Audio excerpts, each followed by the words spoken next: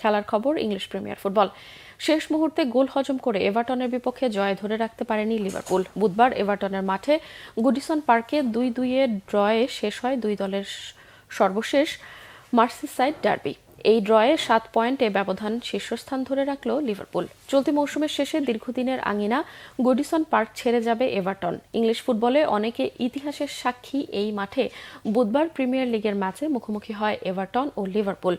সর্বশেষ Merseyside derby স্মরণীয় করে রাখতে মরিয়া এভারটনকে 11 মিনিটে এগিয়ে নেন পর্তুগিজ স্ট্রাইকার বেতো।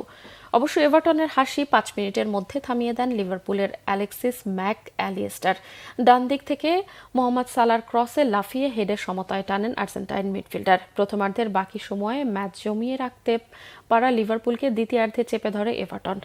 73 মিনিটে সালা মার্সিসাইড ডার্বিতে নিজের 8ম গোলটি করে এগিয়ে নেন অতিথি দলকে। যোগ করা 12 মিনিট সময়ে 8ম মিনিটে এভারটনের জেমস তার্কোভস্কি গোল করে সমতায়ের ইতি টানেন এই মাঠের 120তম ডার্বির। শেষ বাঁশি বাজতেই মেজাজ হারিয়ে হাতাহাতিতে জড়িয়ে পড়েন দুই দলের বেশ কয়েকজন।